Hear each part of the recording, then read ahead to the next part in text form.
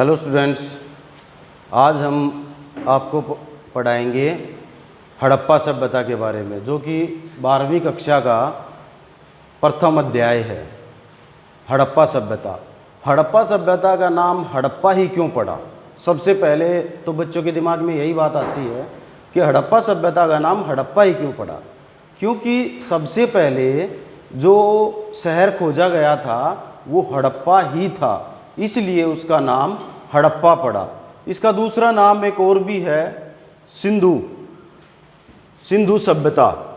सिंधु सभ्यता इसको इसलिए कहा जाता है क्योंकि ये जो सभ्यता थी, जो प्रथम पहली बार जो शहर मिले थे, जैसे हड़प्पा, उसके बाद मोहनजोदड़ो, ये जो शहर थे ये सिंधु नदी के किनारे बसे हुए थे।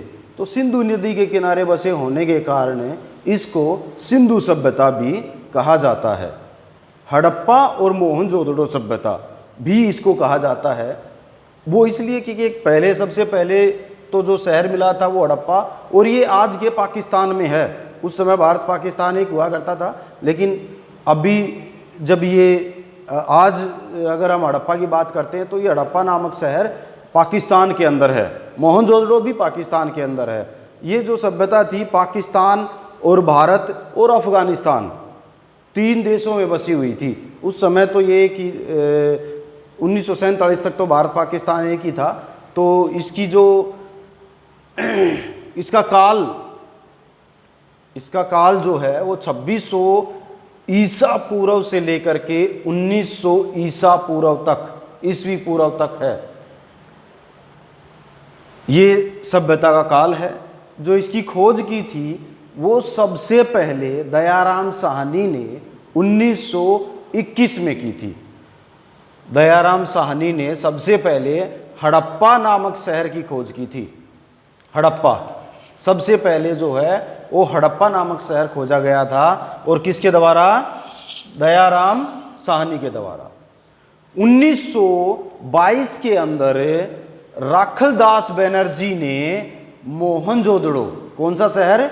मोहनजोदड़ो नामक शहर की खोज 1922 में राखलदास बनर्जी ने की थी। आज हम आपको सिर्फ इसका एक संक्षिप्त परिचय पढ़ाएंगे। बाकी आप अपनी पुस्तक में ये चैप्टर है तो उसमें आसानी से देख करके आप पढ़ सकते हो। एक बार रीड कर लेना अच्छे से। तो इसमें नालियों एवं सड़कों की व्यवस्था किस प्रकार थी?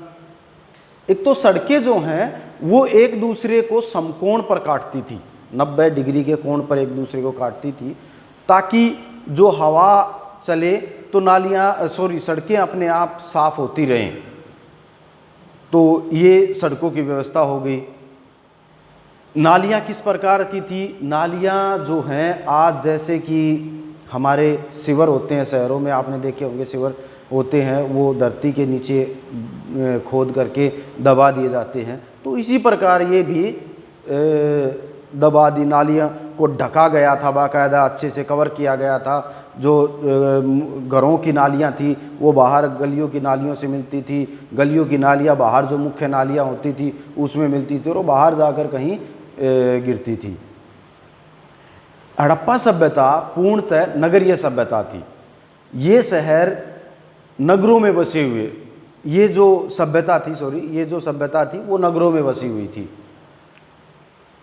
1921-22 से पहले हमें नहीं पता था, 1921-22 से पहले हमें ये नहीं पता था कि इतनी बड़ी सभ्यता भी कोई है और इतनी पुरानी सभ्यता भी है। हम सबसे पुरानी सभ्यता मानते थे वैदिक सभ्यता को, कि सबसे पुरानी सभ्यता यही वैदिक सभ्यता है।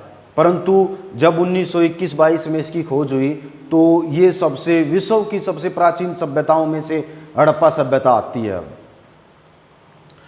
फिर नालियों की व्यवस्था हो गई, सड़कों की व्यवस्था हो गई। अब इसका आ जाता है हड़प्पा सभ्यता का पतन कैसे हुआ। पतन के भी अलग अलग कारण हैं, अलग अलग इतिहासकार बताते हैं। कोई इतिहासकार बोलता है कि इसका पतन जो है सिंधु जो नदी थी उसमें बाढ़ आ गई होगी और ये नष्ट हो गई हो, पहला कारण। दूसरा, दूसरा कारण कहते हैं कि शायद सिंधु नदी ने अपना रास्ता बदल लिया हो, ये भी बोलते हैं। तीसरा कारण बोलते हैं अकाल पड़ गया होगा। चौथा कारण ये बताते हैं कि शायद कोई भूकंप आ गया हो। ये इतिहासकारों का मानना है, ऐसा इतिहासकारों का ये मानना है कि शायद भूकंप आ गया हो या सिंधु नदी ने, अलग अलग इतिहासकार हैं, अलग अलग अपनी अपनी अलग अलग ने थ्योरी दी हुई है, अलग अलग एविडेंस दे रहे हैं, स्रोत बता रहे हैं, ठीक है। जैसे उन्होंने भूकंप का उदाहरण दिया, भूकंप का बताया कि एक इतिहासकार ने बताया कि शायद भूकंप आ गया होगा और ये सभ्यता नष्ट हो गई होगी।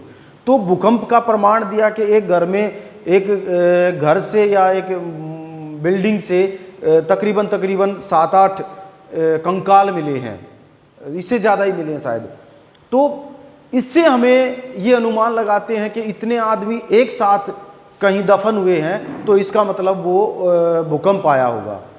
ये अलग अलग है, अकाल के कारण, भूकंप के कारण, प्राकृतिक किसी और आपदा के कारण सिंधु नदी ने किनारा बदल लिया हो, किसी महामारी आ गई हो, तो ये सभी कारण हैं हड़प्पा सभ्यता के पतन के।